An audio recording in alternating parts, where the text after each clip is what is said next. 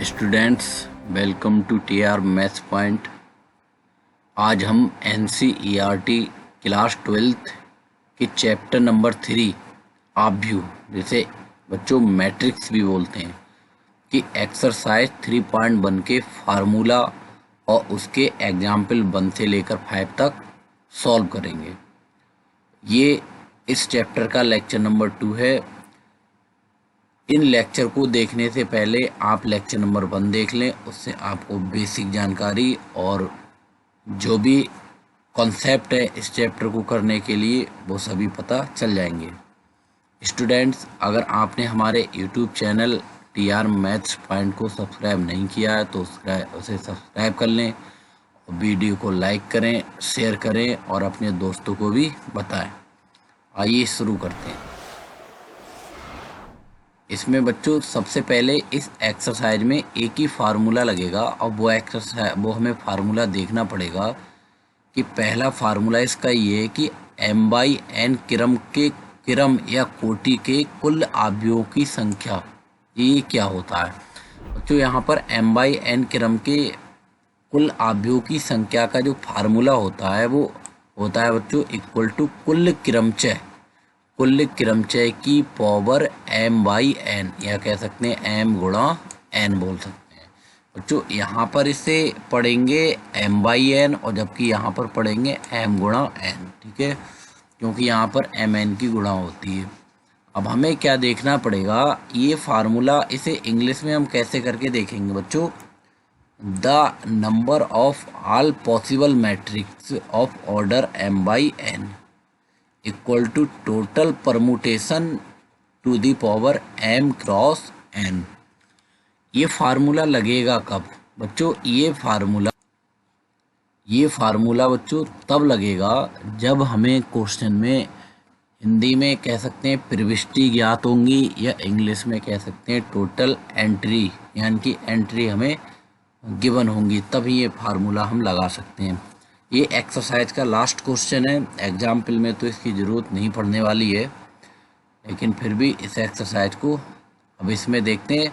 Example number 1 की ओर चलते हैं बच्चों। एग्जाम्पल नंबर 1 ये है, कह रहा है उदाहरण 1 में कि 3 फैक्ट्रियों फर्स्ट, सेकंड तथा थर्ड में पुरुष तथा महिला कर्मियों से संबंधित निम्नलिखित सूचना पर विचार कीजिए।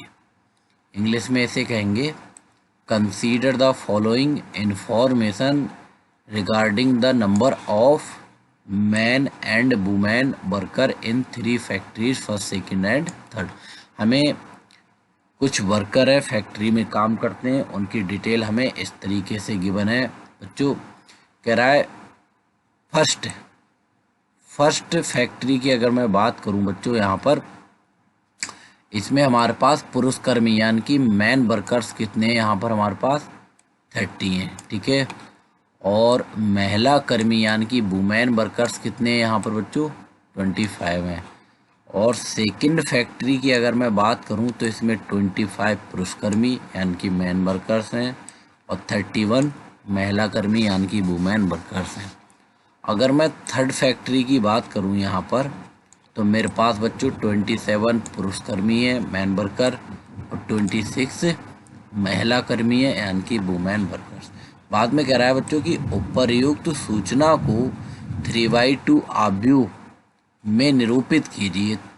और फिर इसका ये पहला पार्ट हो गया कि हमें 3/2 आव्यूह में व्यक्त करना है। दूसरे पार्ट में कह रहा है कि तीसरी पंक्ति और दूसरे स्तंभ वाली प्रविष्टि क्या प्रकट करती है, ठीक है, मतलब इंग्लिश में पूछा गया represent the above information in the form of a 3/2 matrix, what does the entry in the third row and second column represent. हमें बताना है बच्चों, पहले पार्ट में तो हमारा वही 3/2 की एक मैट्रिक्स में इसे शो करना है, और दूसरे पार्ट में हमें बताना है कि third row and second column में यहाँ पर महिला यानी कि मैन वर्कर हैं या फिर वुमेन वर्कर है। तो इसे सॉल्व कैसे करेंगे बच्चों, यहाँ पर सबसे पहले सॉल्यूशन में हम लिखेंगे, हमसे पहले पार्ट में पूछा गया है यहाँ पर कि उपर्युक्त सूचना को 3/2 आव्यूह में निरूपित कीजिए। तो हमें क्या करना पड़ेगा, इसे हम लिखेंगे उपर्युक्त सूचना को 3/2 आव्यूह में निरूपित करने पर। ये पहला पार्ट होगा। इंग्लिश में ऐसे बोल सकते हैं, represent the above information in the form of 3/2 matrix. बच्चों इसमें बहुत ही ज़्यादा इजी है। जिस तरह हमसे कहा गया है कि 3 तो इसमें रो होना चाहिए, रो इसमें कितनी होना चाहिए 3, और कॉलम कितने होना चाहिए 2। तो 3 रो तो यहाँ पर पहले से हमारे पास हैं, ये तो फर्स्ट रो, और ये सेकंड रो, और ये थर्ड रो। तो हमें क्या करना है, कॉलम इसमें कितने हैं, फर्स्ट सेकंड, ये हमारे पास कॉलम हो गए। तो हमारे पास बच्चों 3/2 की मैट्रिक्स तो बनी हुई है, बस हमें क्या करना है, इसे उठाकर एक ब्रैकेट में लिख देना है। तो हम क्या करेंगे, इसे उठाकर एक ब्रैकेट में लिख देंगे। और किस तरीके से लिखेंगे आइए देखते हैं। यहाँ पर हमारे पास जो 30 फर्स्ट कॉलम में 30, 25 और 27 है। तो हमने क्या किया, इक्वल टू एक मैट्रिक्स लेट कर लियो। फर्स्ट कॉलम में 30, 25 और 27 नोट कर लिया। सेकंड कॉलम में हमारे पास 25 है, 31 है और 26। तो इसे भी हम ऐसे ही उठा के सेकंड कॉलम में रख देंगे, 25, 31 और 26। हमने यहाँ पर देखा, ये हमारे पास जो मैट्रिक्स एक निकल के आई है, इसमें रो कितनी है भाई, 1, 2, 3। इसका मतलब ये इसमें रो 3 है, और कॉलम इसमें कितने हैं, 1, 2, और कॉलम कितने इसमें 2। तो ये मैट्रिक्स बच्चों हो गई हमारे पास 3/2। ये 3/2 की मैट्रिक्स है, और यही हमें फर्स्ट पार्ट में आंसर बताना था। तो ये हमारा आंसर हो जाएगा, फर्स्ट पार्ट का आंसर हो जाएगा। अब हमें क्या करना है, अब सेकंड पार्ट का आंसर देंगे। सेकंड पार्ट में देख पूछ रहा है, तीसरी पंक्ति और दूसरे स्तंभ वाली प्रविष्टि फैक्ट्री नंबर 3 कारखाने में महिला कार्यकर्ताओं की संख्या प्रकट करती है। हमें यहाँ से देखना है, हमसे कहा गया है क्वेश्चन में, सेकंड पार्ट में कहा गया है, इधर यहाँ पर कह रहा है कि तीसरी पंक्ति यानी कि third row and second column. तो थर्ड रो तो हमारे पास कौन सी है, ये थर्ड रो है, और सेकंड कॉलम कौन सा है, ये वाला। तो वो कौन है, 26, और 26 कौन है भाई, महिला कर्मी है, यानी कि वुमेन वर्कर है। तो यहाँ पर हम ऐसे करके लिख देंगे बच्चों कि the entry in the third row and second column represents the number of women workers in factory third, यानी कि फैक्ट्री थर्ड में हमारे पास जो कार्यकर्ता है वो क्या है, महिलाएं हैं। या हिंदी में बोल सकते हैं, तीसरी पंक्ति और दूसरे स्तंभ वाली प्रविष्टि फैक्ट्री 3 कारखाने में महिला कार्यकर्ताओं की संख्या प्रकट करती। ये हमारा दूसरे पार्ट का आंसर हो जाएगा।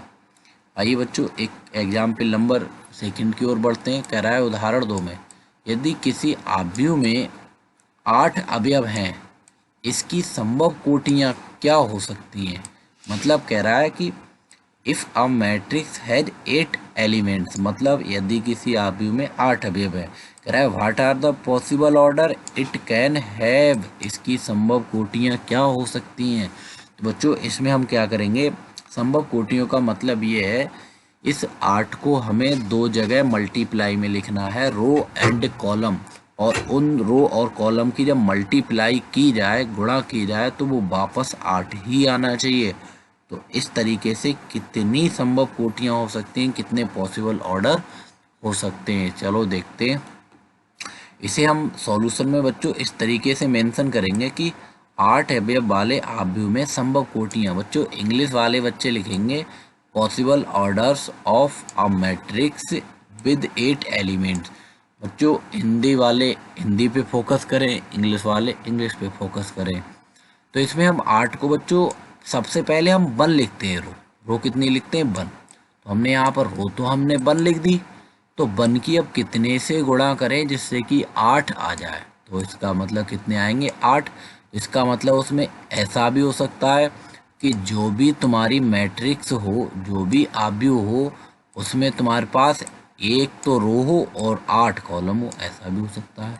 तो ये भी तो हो सकता है कि उसमें 8 रो हो और 1 कॉलम हो, क्योंकि 8 की 1 से गुणा करोगे तो फिर 8 एकम 8 ही आएगा।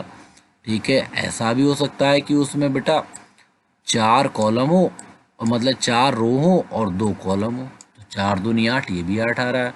ऐसा भी हो सकता है कि उसमें 2 रो हो और 4 कॉलम हो, तो ये 2 गुणा 4 भी हो सकता है। यानी कि पॉसिबल मैट्रिक्स, यानी कि कह सकते हैं संभव कोटियां या पॉसिबल ऑर्डर इतने ही हो सकते हैं किसी पंक्ति, मतलब किसी आव्यूह में 8 अवयव 8 एलिमेंट है तब। इसका देखते हैं बच्चों, इसी तरीके से एग्जाम्पल नंबर 2 का सॉल्यूशन हो गया। आइए बच्चों एग्जाम्पल नंबर 3 की ओर बढ़ते हैं। एग्जाम्पल नंबर 3 ये है बच्चों, हमारे पास कह रहा है उदाहरण 3 में कि एक ऐसे 3/2 आव्यूह की रचना कीजिए जिसके अवयव इतने द्वारा प्रदत्त हैं। चलो ठीक है, देखते हैं। कह रहा है construct a 3/2 matrix whose elements are given by इतना। ठीक है, तो इसमें बच्चों हमसे कहा गया है कि मैट्रिक्स में साफ साफ कह दिया है तुमसे कि हमारे पास बच्चों 3 तो उसमें रो होना चाहिए और 2 उसमें कॉलम होना चाहिए। तो हम 2 कॉलम और 3 रो को बच्चों कैसे करके शो करके यहाँ पर दिखा सकते हैं, इस तरीके से इसे हम बोल सकते हैं कि A11 का मतलब है ये अवयव पहली पंक्ति में है और पहले कॉलम में है, इसका तो ये मतलब हो गया A11। फिर हम कह सकते हैं बच्चों A12 का मतलब 1 2। भाई इसका मतलब ये हुआ कि ये जो एलिमेंट है ये वाला वो तुम्हारा फर्स्ट रो में है और सेकंड कॉलम में है, तो पहले रो होती है बाद में कॉलम होता है। और हमसे वो ये कह रहा है क्वेश्चन में कि कॉलम यहाँ पर केवल 2 ही होना चाहिए, तो 2। फिर सेकंड रो में आ जाएंगे A21 A22 A31 A32। इस तरीके से हम बच्चों ये एक आव्यूह बना सकते हैं जिसमें हमारे पास क्या होगा, 3 तो इसमें रो होंगी, 3 तो इसमें रो है 1 2 3 और 2 कॉलम है 1 2। तो इस तरीके से बच्चों ये जो आव्यूह हमारे पास आया है निकल के, वो हमारा आव्यूह किस क्रम का, किस ऑर्डर का, 3/2 ऑर्डर का है ये।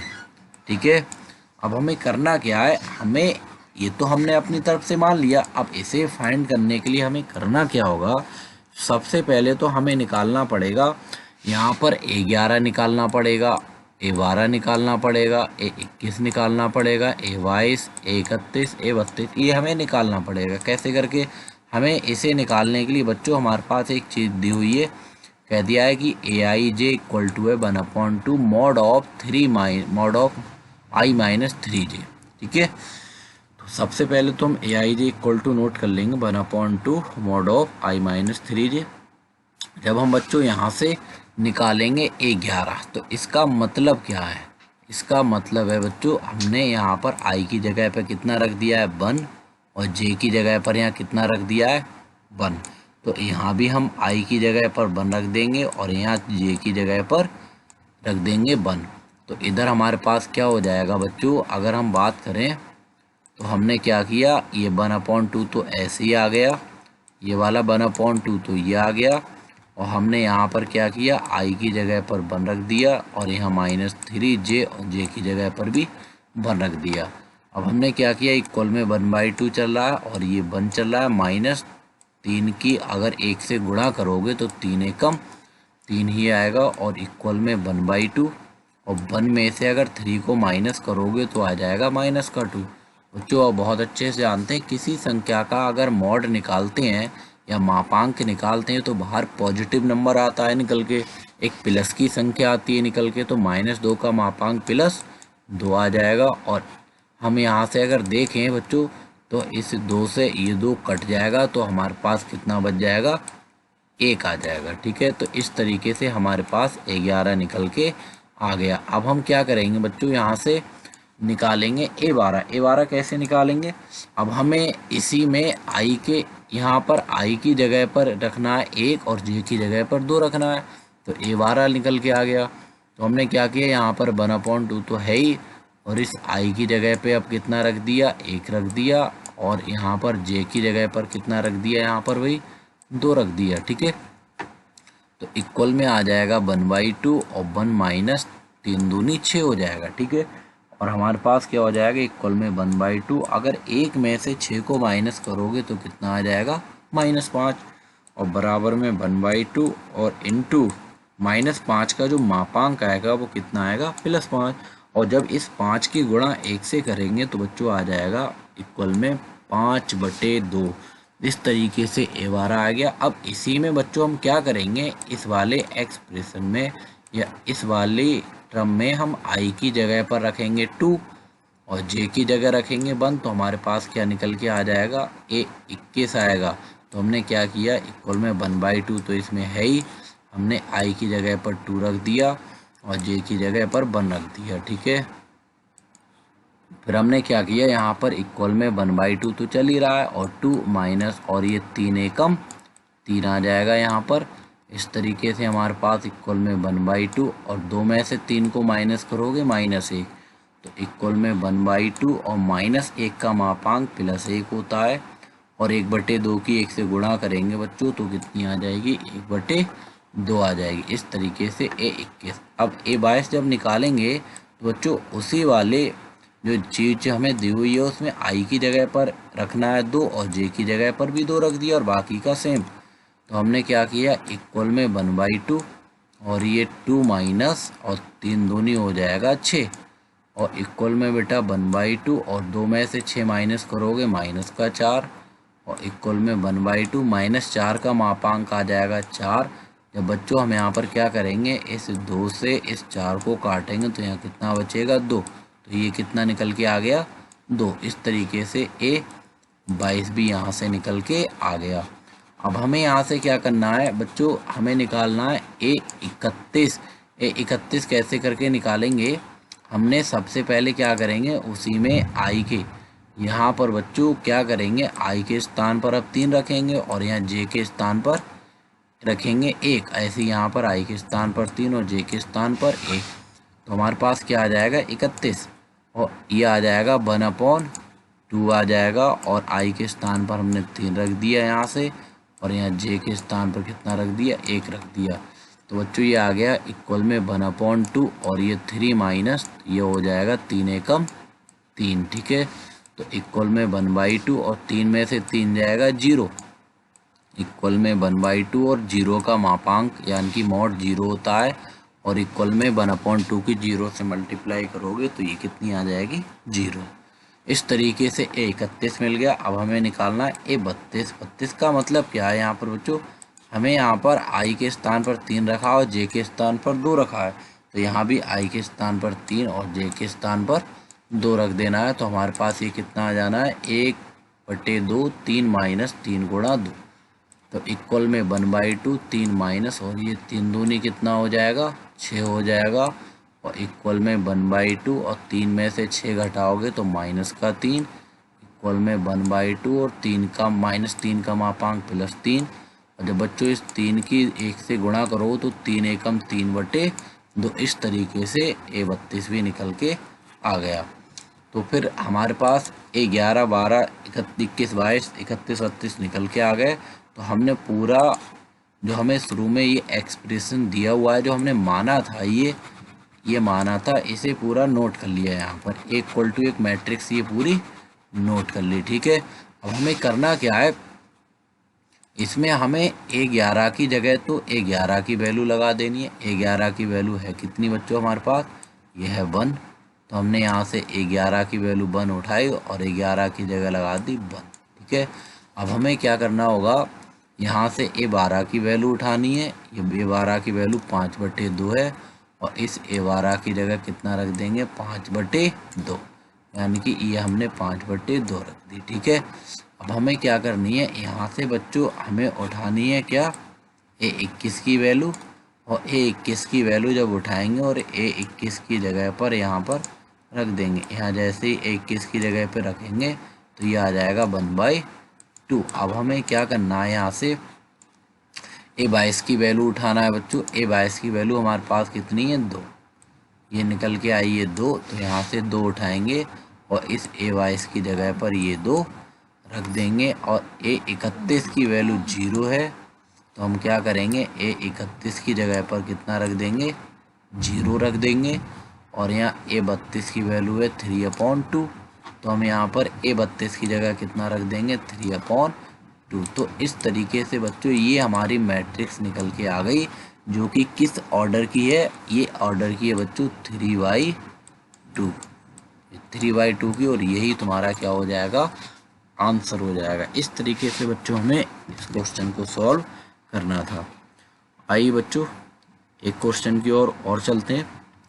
एग्जाम्पल नंबर अगर 4 को देखें बच्चों यहाँ पर, तो हमारे पास कह रहा है उदाहरण 4, यदि ये हमें दो मैट्रिक्स दी है, ये मैट्रिक्स किसके इक्वल है, इस वाली मैट्रिक्स के इक्वल है, तब कह रहा है हो तो a b c x y तथा जेड के मान ज्ञात कह रहा है। इफ ये मैट्रिक्स इस मैट्रिक्स के इक्वल है, कह रहा है find the value of a b c x y and z. कैसे करेंगे बच्चों, सॉल्यूशन में सबसे पहले हम दोनों मैट्रिक्स जो इक्वल दी हैं उन्हें नोट कर लिया। अब एक बात यहाँ से हम बहुत अच्छे से जानते हैं बच्चों, पहले ही लेक्चर में हमने पढ़ा था कि दो मैट्रिक्स कब इक्वल हो सकती हैं। यहाँ से हम देखेंगे बच्चों कि दो मैट्रिक्स इक्वल कब हो सकती हैं। दो मैट्रिक्स बच्चों ये तभी इक्वल हो सकती हैं जब इनके करस्पॉन्डिंग एलिमेंट इक्वल हो और ये सेम ऑर्डर की होना चाहिए, मतलब इनके संगत अवयव बराबर होना चाहिए और ऊपर से इनके ऑर्डर यानी कि क्रम भी एक ही होना चाहिए। तो बच्चों ये वाली जो मैट्रिक्स है ये भी हमारी कितने ऑर्डर की है, 3/3 ऑर्डर की। ये मैट्रिक्स भी हमारी 3/3 ऑर्डर की है यानी कि 3/3 क्रम की है। और ये भी हमारी कितनी है, 3/3 कोटि की है या क्रम की है। तो इसका मतलब है एक शर्त तो इसकी पूरी हो रही है कि क्रम तो इसका बराबर है। अब इसका ये मतलब होता है दूसरा कि संगत अवयव यानी कि करस्पॉन्डिंग एलिमेंट भी बराबर होना चाहिए। इसका मतलब ये है कि जो x+3 है वो 0 के बराबर है और ये z+4 जो है वो 6 के बराबर है और 2y-7 इस 3y-2 के बराबर है और ये -6 इस -6 के बराबर है और ये a-1 -3 के बराबर है। इस तरीके से ये अवयव भी बराबर हैं, क्योंकि दो मैट्रिक्स दो अवयव तभी बराबर हो सकते हैं। तो हम यहाँ पर लिखेंगे कैसे करके बच्चों कि संगत अवयवों की तुलना करने पर यानी कि कंपेयरिंग ऑन करस्पॉन्डिंग एलिमेंट्स, जब हम संगत अवयवों की बच्चों तुलना करेंगे तो यहाँ पर हमारे पास जो x+3 है ये वो किसके बराबर हो जाएगा, 0 के। तो ये x+3 बराबर 0, तो यहाँ से x की वैल्यू निकालेंगे तो +3 उधर जाकर हो जाएगा -3, ये तो x की वैल्यू आ गई। और हम देखेंगे ये z+4 किसके बराबर होगा बेटा, 6 के बराबर होगा ये। तो यहाँ z+4 बराबर 6 के हो जाएगा। जब z की वैल्यू निकालेंगे तो उधर तो 6 है ही और ये 4 प्लस का इधर आके माइनस का, तो यहाँ से z = 6 में से 4 जाएगा तो बचेगा 2। ये z की वैल्यू आ गई। और ये बच्चों हमारे पास 2y-7 ये किसके इक्वल हो जाएगा, 3y-2 के इक्वल। तो 2y-7 = 3y-2 के हो जाएगा। और यहाँ से 2y तो इधर ही रहने दिए, प्लस का 3y ये इधर आके माइनस का 3y हो गया और इक्वल में -2 और ये -7 है इधर आके प्लस का 7। और ये 2y में से y को माइनस करोगे तो -y और प्लस का 7 -2 बचेगा +5 और माइनस चिन्ह को ले जाएंगे दूसरी तरफ तो y = कितना आ जाएगा बच्चों, -5 आ जाएगा। तो इस तरीके से y की वैल्यू निकल के आ गई। अब अगर हम देखें तो ये -6 तो इस -6 के बराबर ही है, यहाँ से कुछ निकलेगा तो है नहीं, छोड़ो से। और ये a-1 किसके बराबर होगा, -3 के। तो हमने क्या किया बच्चों, a-1 किसके बराबर रख दिया, -3 के। और यहाँ से a की वैल्यू निकालेंगे तो वो -3 और ये -1 इधर आके +1 हो जाएगा और इक्वल में बच्चों हमारे पास -3 + 1 बचेगा -2। ये हमारी a की वैल्यू आ गई। अगर हम यहाँ से बात करें बच्चों तो ये हमारा b-3 किसके बराबर होगा, 2b + 4 इसके बराबर होगा। तो हमने क्या कर दिया यहाँ पर बच्चों b-3 बराबर किसके रख दिया, 2b + 4 के।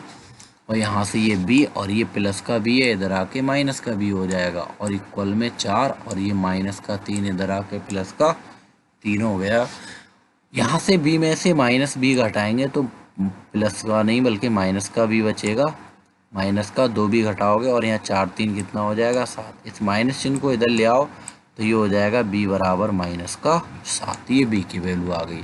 अब हम क्या कह सकते हैं बच्चों, ये 0 किसके बराबर होगा, 2c प्लस 2 के, हम कह सकते हैं 2c प्लस 2 किसके बराबर होगा, 0 के। तो हमने क्या कर दिया, 2c प्लस 2 किसके, 0 के बराबर है। जब यहाँ से 2c की वैल्यू निकालोगे तो इक्वल में -2, और यहाँ से 2 से 2 ये कैंसिल हो जाएगा। जब हम इस 2 से इस 2 को काटेंगे तो यहाँ 1 बचेगा, तो हमारे पास c की वैल्यू निकल के आ जाएगी c इक्वल टू -1। तो यहाँ से बच्चों हमने एक बात देख ली, यहाँ से सभी वैल्यू निकल के आ गई, तो हम लास्ट में लिख देंगे हेंस अतः a इक्वल टू इतना, b इक्वल टू इतना, c इक्वल टू इतना, यानी कि सभी वैल्यू हम एक साथ यहाँ पर लिख देंगे, और यही हमारा इस क्वेश्चन का आंसर है। इस तरीके से बच्चों हमें क्वेश्चन को सॉल्व करना है। ये एग्जाम्पल नंबर 4 था। आइए बच्चों एक एग्जाम्पल नंबर 5 की ओर चलते हैं। एग्जाम्पल नंबर 5 ये कह रहा है, सेम इसी की तरह है। उदाहरण 5 कह रहा है, यदि ये मैट्रिक्स या कह सकते हैं ये आव्यूह इस आव्यूह के बराबर हो, तो कह रहा हो तो ए बी सी तथा डी के मान ज्ञात कीजिए। कह रहा है find the value of a b c and d from the following equation. ये दोनों मैट्रिक्स इक्वल गिवन है। बच्चों मैंने अभी आपको बताया कि दो मैट्रिक्स कब इक्वल हो सकती हैं। दो मैट्रिक्स बच्चों तभी इक्वल हो सकती हैं जब उनके ऑर्डर सेम हो और मतलब ये करस्पॉन्डिंग एलिमेंट भी इक्वल होना चाहिए। मतलब क्या हुआ, उनकी एक ही कोटि के दोनों आव्यूह होना चाहिए, और दूसरी बात ये हुई कि संगत अवयव भी उसके बराबर होना चाहिए, तभी दो आव्यूह बराबर हो सकते हैं। तो हमने क्या किया बच्चों, यहाँ से सॉल्यूशन में हमने दोनों आव्यूह जो बराबर में दिए थे वो नोट कर लिए। सबसे पहले क्वेश्चन को नोट करते हैं, फिर यहाँ से हम क्या लिखेंगे बच्चों कि संगत अवयवों की तुलना करने पर, यानी कि कंपेयरिंग ऑन करस्पॉन्डिंग एलिमेंट्स। तो हम क्या करेंगे यहाँ से बच्चों, हमारे पास ये 2a प्लस का b किसके बराबर आ जाएगा, 4 के। तो हमने क्या कर लिया, यहाँ से 2a प्लस b बराबर 4 के लिख लिया।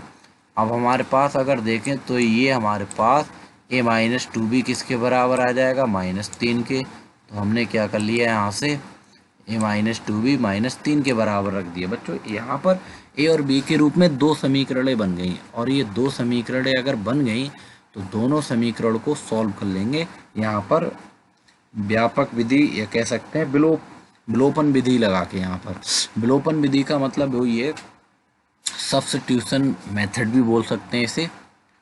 तो सब्स्टिट्यूशन मेथड का मतलब ये, यहाँ पर अगर मैं थोड़ी सी गौर करूँ बच्चों इन समीकरणों को सॉल्व करने के लिए, तो यहाँ पर मेरे पास b का गुणांक 1 है, तो मैंने नीचे वाली समीकरण में 1 से गुणा कर दी पूरे में, और यहाँ b का गुणांक वैसे -2 है, लेकिन चिन्ह को यहाँ नहीं देखा जाता जब इन समीकरणों में, तो यहाँ 2 है, तो ऊपर वाली समीकरण में 2 से गुणा कर दी। तो मैंने क्या किया है, जब गुणा करूँगा यहाँ पर तो मेरे पास क्या आ जाएगा निकल के, आइए देखते हैं। यहाँ पर बच्चों जब मैं इस 2 से गुणा करूँगा, थोड़ा सा इसे रेजर से साफ करके क्लियर कर दें थोड़ा, आइए देखते हैं। ये हमारे पास ये है, अगर मैं इस 2 की गुणा 2a से करूँगा तो ये आ जाएगा 4a, और इसी 2 की गुणा अगर मैं प्लस b से करूँगा तो प्लस का 2b, और इस 2 की गुणा अगर मैं 4 से करूँगा तो 4 दूनी 8 आ जाएगा। अब मैं इस 1 की अगर इस समीकरण से गुणा करूँगा तो इस समीकरण पर कोई फ़र्क नहीं पड़ेगा, ये सेम आ जाएगी यहाँ पर, ठीक है। अगर मैं थोड़ा और देखूँ यहाँ पर, तो ये कैसे करके कटेंगे, जोड़ने पर या फिर घटाने पर, हमें यहाँ पर देखना पड़ेगा। तो बच्चों यहाँ पर ये प्लस का चिन्ह है और यहाँ पर ये माइनस का चिन्ह है। इसका मतलब जब प्लस और माइनस होते हैं, अलग अलग चिन्ह होते हैं, तो हमेशा बच्चों यहाँ पर जोड़ने पर ही कटते हैं।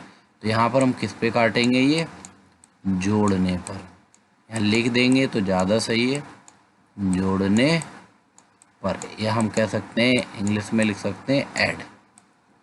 यहाँ पर ऐड करने पर ये कट जाएंगे, ऐड करने पर ये कट जाएंगे, तो हमारे पास क्या होगा, ये 4a प्लस का और प्लस का a जोड़कर 5a हो जाएगा, और प्लस के 8 में से माइनस का 3 जाएगा तो प्लस का 5। अब यहाँ से हमें क्या करना पड़ेगा, अगर इस 5 से 5 कट गया तो यहाँ 1, यानी कि हमारा 1 का मान कितना निकल के आ गया, 1 निकल के आ गया। अगर ये ए का मान 1 यहाँ से निकल के आ गया तो हमें क्या करना पड़ेगा बच्चों, इस ए के मान को उठा के हम रख दे रहे हैं समीकरण 1 में, इक्वेशन फर्स्ट में। ए का मान समीकरण 1 में रखने पर put the value of A in equation first. जब हम फर्स्ट में ये वैल्यू रखेंगे बच्चों यहाँ पर, तो हम कैसे करके देखेंगे, ये हमारे पास है बच्चों ए, यहाँ पर रख देंगे तो ये हमारे पास हो कितना जाएगा, 2 into a plus b equal to 4। ये 4 हो गया। तो अगर मैं इस इक्वेशन को सॉल्व करूँगा तो ये 2 एक कम कितना हो जाएगा, 2, और प्लस का बी इक्वल में 4। ठीक है, अब मैं बी की वैल्यू निकालूंगा तो इक्वल टू 4, और ये प्लस का बी है, इधर आके माइनस का बी, और बी इक्वल टू 4 में से 2 को माइनस करोगे तो ये 2 आ जाएगा। इस तरीके से बी की वैल्यू। अगर मैं सी और डी वाली इक्वेशन की कंपेयर करूं बच्चों इस में, तो कैसे करके कंपेयर करूंगा, यहाँ से देखते हैं। मैं ए और बी तो मेरे पास निकल चुके हैं, तो ए और बी से कोई मतलब ही नहीं रहा। तो ये 5c माइनस डी किसके बराबर होगा, 11 के बराबर होगा। और ये 4c प्लस 3d किसके बराबर होगा बच्चों, 24 के बराबर होगा। तो हम क्या करेंगे, यहाँ पर हमने क्या कह दिया, 5c माइनस डी बराबर 11 और 4c plus 3d equal to 24 यानी कि 24। तो इन्हें भी हम बच्चों विलोपन विधि से हल करेंगे। विलोपन विधि होती क्या है, आइए देखते हैं। इसमें हमने देखा यहाँ पर d का गुणांक बच्चों 1 है, तो नीचे वाली समीकरण, नीचे वाली इक्वेशन में 1 से मल्टीप्लाई करेंगे। और यहाँ पर d का गुणांक यानी कि कोफिशिएंट 3 है, तो ऊपर वाली में 3 से मल्टीप्लाई कर देंगे। जब 3 से यहाँ पर मल्टीप्लाई करेंगे समीकरण में, तो ये आ जाएगा 15c minus 3d equal to 33। और 1 के समीकरण में गुणा करेंगे तो इस समीकरण पर कोई फर्क नहीं पड़ेगा, तो ये हमारे पास वैसे ही आ जाएगी। बच्चों यहाँ पर एक बात और हमें देखेंगे कि ये माइनस है और ये प्लस है, तो इसका मतलब ये जोड़ने पर ये दोनों कट जाएंगे। ये भी किस पे कटेंगे, जोड़ने पर। ये जोड़ने पर कट जाएंगे बच्चों, यानी कि ऐड करने पर कट जाएंगे। जब ऐड होंगे तो यहाँ से अगर मैं देखूंगा, ये प्लस का 15c प्लस का 4c जुड़कर हो जाएंगे प्लस के 19c, और 33 और 24 जुड़कर हो जाएंगे 57। जब मैं बच्चों यहाँ से 19 से 57 को काटूंगा तो 19 3 57, यानी कि सी की वैल्यू कितनी आ जाएगी, 3 आ जाएगी। अब सी की वैल्यू यहाँ से जो 3 आई है निकल के बच्चों, इस सी की वैल्यू को हम उठा के किस समीकरण में रखेंगे, समीकरण चाहे 3 में रख दो इसकी वैल्यू उठा के, चाहे समीकरण 2 में रख दो, कोई फर्क नहीं पड़ता, दोनों से एक ही वैल्यू निकल के आएगी। तो हमने क्या किया, इस सी की वैल्यू उठाई और किस में रख दी भाई, सी का मान समीकरण 3 में रखने पर, यानी put the value of c in equation third. तो थर्ड में जब हम रखेंगे तो ये 5c और सी की जगह यहाँ कितना लगा देंगे, 3 और माइनस का d इक्वल टू 11। ठीक है, क्या करेंगे बच्चों, यहाँ 5 की 3 से मल्टीप्लाई करेंगे, 5 3 15 हो जाएगा, और माइनस का d इक्वल में 11। जब यहाँ से माइनस का d बचेगा और प्लस का 15 इधर आके माइनस का 15 और प्लस का 11 तो पहले से चल ही रहा है। तो बच्चों ये माइनस का d और 11 में से 15 घटाओगे तो माइनस का 4। यहाँ से क्या करेंगे बच्चों, ये माइनस से ये माइनस चिन्ह कट जाएगा तो d बराबर 4। लास्ट में अतः hence a equal to 1, b equal to 2, c equal to 3 और डी इक्वल टू 4। और यही इस क्वेश्चन का आंसर है बच्चों। इस तरीके से हमने इस एक्सरसाइज 3.1 के ये 5 एग्जाम्पल्स को सॉल्व किया था। नेक्स्ट लेक्चर में हम बच्चों जो फार्मूला बताया है उसका यूज भी करवाएंगे और बाकी की क्वेश्चंस को सॉल्व करेंगे। बच्चों अगर आपको ये वीडियो पसंद आई हो तो अपने दोस्तों को भी हमारे YouTube channel TR maths point के बारे में बताएं और वीडियो को लाइक करें, शेयर करें, जिससे कि और बच्चों को भी पढ़ने में बिल्कुल भी कोई दिक्कत ना हो। Thank you.